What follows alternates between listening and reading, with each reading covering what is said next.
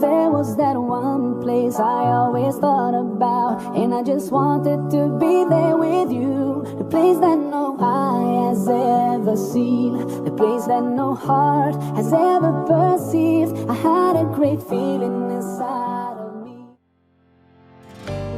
Bismillahirrahmanirrahim. Assalamualaikum warahmatullahi wabarakatuh.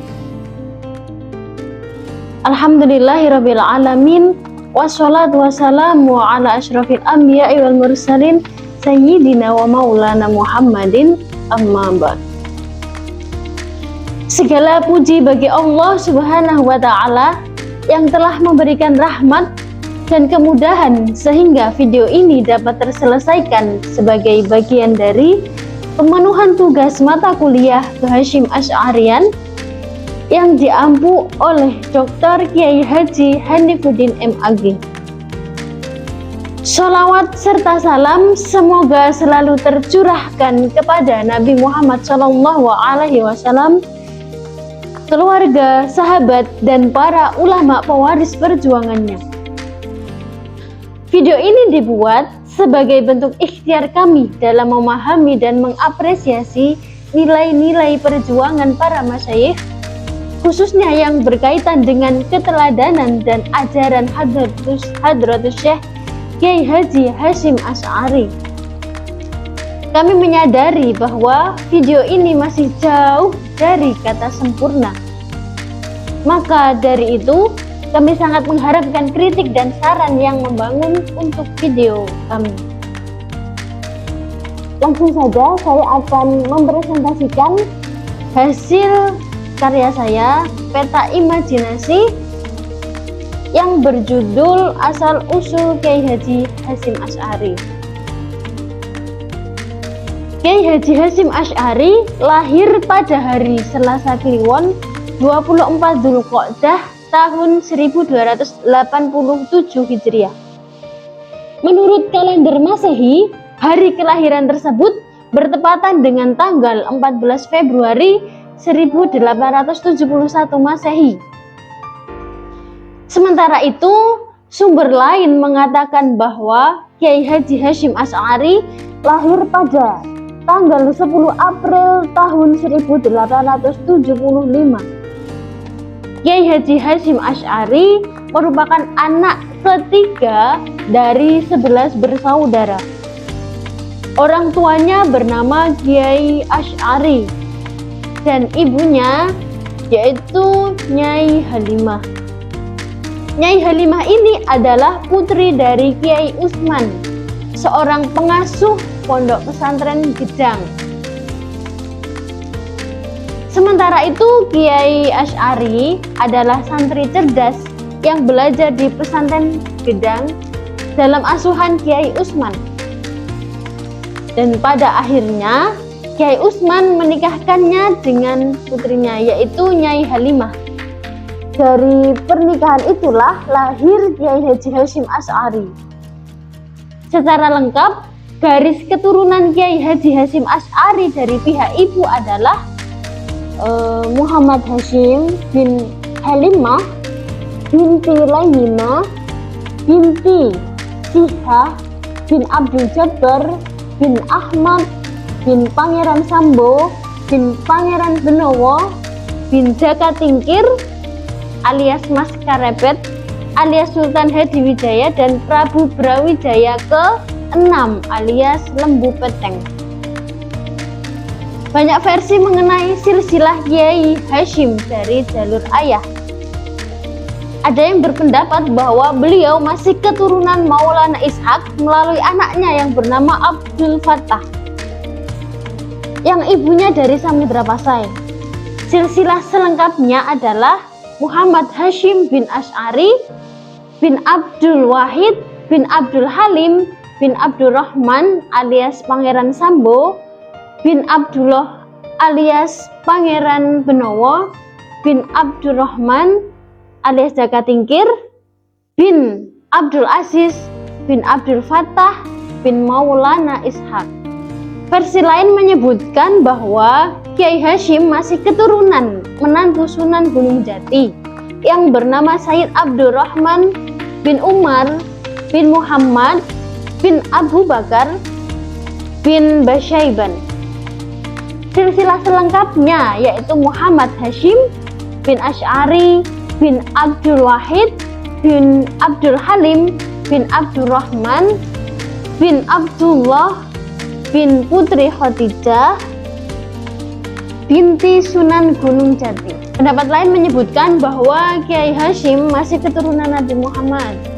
Selengkapnya silsilah Kiai Hashim adalah Muhammad Hashim bin Asy'ari bin Abu Sarwan bin Abdul Wahid bin Abdul Halim bin Abdurrahman alias Pangeran Sambu bin Abdul Halim alias Pangeran Benowo bin Abdurrahman alias Jaka Tingkir bin Ainul Yakin alias Sunan Gunung alias Sunan Giri bin Ishak bin Husain bin Abdullah Khan bin Amir Abdul Malik bin Ali Alwi bin Muhammad bin Ali bin Abdullah bin Ahmad Muhajir bin Isa Al-Bashari bin Muhammad An-Naqib bin Ali Ar-Ridi bin Ja'far Shadiq bin Muhammad Al-Baqir bin Zainul Abidin bin Husain bin Fatimah binti Muhammad Sallallahu Alaihi Wasallam.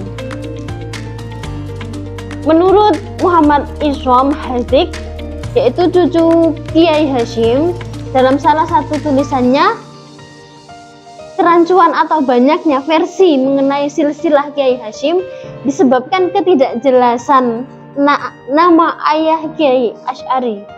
Ada yang mengatakan ayah Kiai Asy'ari bernama Abdul Wahid. Abdul Wahid adalah salah satu komandan dalam pasukan perang Diponegoro di bawah Panglima Sentot Ali Basya Prawirodirjo pada waktu itu. Perang Diponegoro yang dikenal dengan Perang Jawa ini berakhir dengan ditangkapnya Pangeran Diponegoro secara licik oleh Belanda. Nah, Abdul Wahid kemudian melarikan diri lalu berganti nama agar tidak diketahui Belanda. Terlepas dari silsilah yang mana yang lebih bisa dipercaya, masing-masing menunjukkan bahwa Kiai Hashim adalah keturunan bangsawan. Ia adalah keturunan orang besar di Jawa, yakni Jaka Tingkir, Prabu Brawijaya VI, Sunan Giri, Maulana Ishak, Sunan Gunung Jati, hingga Nabi Muhammad Sallallahu Alaihi Wasallam. Orang Jawa sangat mengenal siapakah Jaka Tingkir, siapakah Prabu Brawijaya VI, siapa Gunung Giri, Sunan Giri, siapa Maulana Ishak dan Sunan Gunung Jati. Dan bagi umat Islam, siapa yang tidak mengenal Nabi Muhammad, semuanya ini memiliki pengaruh yang cukup kuat dalam tradisi orang Jawa. Bagi masyarakat Jawa, orang berdarah biru memiliki nilai lebih tersendiri. Kiai Hashim adalah anak ketiga dari 10 bersaudara. Nama saudaranya yang lain adalah Nafi'ah, Ahmad Saleh, Rodiyah, Hasan, Anis, Fatona, Maimunah, Maksum, Nahrawi, dan Adnan. Sejak lahir hingga berumur 5 tahun, Kiai Hashim tinggal di pesantren Gedang. Pesantren kakeknya, kehidupan sehari-harinya yang dikelilingi para santri sangat berpengaruh terhadap kejiwaan Kiai Hashim di waktu kecil. Lambat laun, akhirnya Kiai Hashim juga ingin belajar mengaji sebagaimana para santri yang dilihatnya setiap hari. Dari pemaparan silsilah keturunan maka Kiai Hashim Asy'ari memiliki 2 terah sekaligus, yaitu yang pertama terah bangsawan Jawa dan pembesar agama. Dalam hal ini adalah agama Islam. Dari jalur ayah, Kiai Hashim bersambung sampai pada seorang bangsawan Muslim Jawa, yakni Jaka Tingkir atau Sultan Hadiwijaya, dan juga Sunan Giri sebagai seorang elit agama. Sedangkan dari jalur ibu, Kiai Hasyim bersambung silsilah keturunannya sampai pada terah bangsawan Hindu Jawa, yakni Lembu Peteng atau Pangeran Brawijaya keempat. Sebagaimana yang dituliskan oleh Zuhairi Misrawi pada tahun 2010, tanda-tanda yang meramalkan Kiai Haji Hasyim Asy'ari akan menjadi tokoh besar telah terlihat semenjak masih dalam kandungan Nyai Halimah. Saat masih dalam kandungan Nyai Halimah, beliau melihat tanda-tanda yang luar biasa. Pada suatu malam, beliau bermimpi bulan jatuh dari langit dan hinggap di kandungannya. Tentu, mimpi tersebut merupakan sebuah pertanda yang sangat baik bahwa anak yang akan ia lahirkan merupakan sosok istimewa di kemudian hari yang mempunyai kecerdasan, talenta, dan bimbingan dari Allah. Tanda-tanda yang lain, Kiai Haji Hasyim Asy'ari berada dalam kandungan ibunya lebih kurang 14 bulan, yang juga ditafsiri oleh banyak orang sebagai sebuah keistimewaan. Dengan demikian, keistimewaan tersebut ada sebelum hari kelahirannya. Hal itu juga didukung dari nasab keturunan yang bagus dan mulia. Keluarganya merupakan keluarga kiai yang secara konsisten mengamalkan agama Islam dengan baik. Dalam tulisan Muhammad Isom Hadik atau Gus Isom disebutkan tentang kesederhanaan Kiai Hasyim. Meskipun menjadi orang kaya, Kiai Hasyim sangat sederhana dalam hidupnya. Rumahnya yang terbuat dari bambu dan beralaskan semen. Baru setelah beliau berusia lanjut, rumahnya direnovasi sehingga terbuat dari tembok. Renovasi rumah itu pun dilakukan karena paksaan seorang dermawan yang mengatakan bahwa rumah Kiai Hasyim sudah tidak layak lagi. Satu-satunya barang mahal yang ada di rumah Kiai Hasyim adalah ratusan kitab yang dibelinya dari tanah suci. Itu adalah makanan sehari-hari Kiai Hasyim untuk menghabiskan waktu. Untuk merawat kitab-kitab ini, Kiai Hasyim menjemurnya sebulan sekali dengan dibantu beberapa santrinya seperti Kiai Haji Abu Suja dari Kediri dan Kiai Haji Ahmad Siddiq dari Jember. Benda lain yang tergolong mahal adalah beberapa ekor kuda. Baru ketika mobilitas Kiai Hasyim sangat tinggi, Nyai Nafikoh, istrinya, membeli mobil buatan Amerika. Beliau mempunyai sopir pribadi yang terkadang digantikan oleh Kiai Wahid Hasyim. Pengasuh pesantren Tebu Ireng ini biasanya pergi ke pasar Jombang pada hari yang pasarannya adalah hari Pon. Pada hari itu pengajian diliburkan karena Kiai Hasyim sedang berdagang kuda. Maka jika pengajian Kiai Hasyim melibur, para santri pesantren Tebu Ireng menyebutnya dengan pon. Meskipun hari itu pasarannya bukan pon, istilah lain yang digunakan adalah dawuh jika Kiai Hasyim akan menyampaikan sesuatu di masjid, misalnya doa-doa tertentu atau hal yang penting. Selain berdagang, sumber penghasilan Kiai Hasyim diperoleh dari bertani.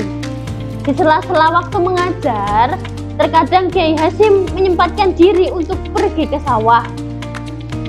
Kiai Hasyim ingin mengajarkan kemandirian kepada para santrinya. Beliau tidak suka bergantung kepada orang lain, apalagi sampai timbul sifat tamak alias mengharapkan bantuan orang lain. Tak jarang Kiai Hasyim mengajak beberapa santrinya ke sawah. Di antara santrinya yang pernah diajak ke sawah atau ke pasar adalah Kiai Haji Ahyad Halimi dari Mojokerto dan Kiai Haji Mukhtar Syafaat, pendiri pesantren Bokagung Banyuwangi. Sekian yang dapat saya sampaikan. Apabila ada salah kata mohon maaf. Ihdinas siratal mustaqim. Wassalamualaikum warahmatullahi wabarakatuh.